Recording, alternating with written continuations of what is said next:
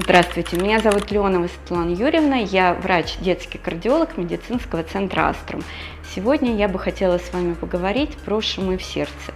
Что это за зверь и что с этим делать? Сердце у нас является динамичным органом, сердце сокращается. Когда сердце сокращается, оно растягивается, сжимается, кровь перетекает из одной камеры в другую, клапаны открываются, закрываются, все происходит это со звуком, и вся вот эта вот какофония звуков сливается в единое звучание сердца, скажем так. То есть в норме, если вы приставите ухо к грудной клетке или воспользуетесь фонендоскопом, мы услышим работу сердца. В норме это звучит так: тук-тук, тук-тук. То есть сердце имеет два тона в норме. Все, что дополнительно или происходит расщепление одного из тонов, это называется шум, шум в сердце. Чтобы вы точно понимали, что это такое, я могу привести аналогию с автомобилем. Многие из вас являются автолюбителями, и вот водитель, когда едет в своей машине, все машины издают звуки, какие-то менее выраженные, какие-то более выраженные. Вот, и, например, водитель едет, и вдруг он слышит, что-то застучало, появился какой-то новый звук.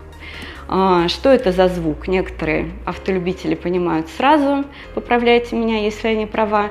Кому-то нужно поехать на техосмотр, чтобы там открыли багажник, капот, посмотрели и выявили причину этого шума. Вот в сердце точно так же. Когда мы слышим дополнительный шум, мы должны понимать, откуда этот шум. Шумы бывают функциональные, то есть в норме нормальные, и шумы бывают патологические. В норме шумы могут возникать, например, на фоне каких-то заболеваний, таких как анемия, например.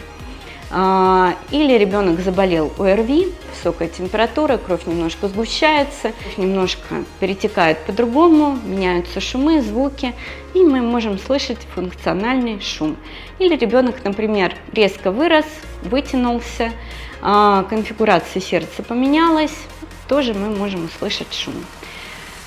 И бывают патологические шумы. Патологические шумы всегда связаны с проблемами в сердце. Это пороки сердца, врожденные, приобретенные, это заболевания сердца, такие как миокардит, перикардит и так далее. Когда врач слышит на приеме шум сердца, иногда можно сразу понять, функциональный этот шум или патологический, только по одному звучанию.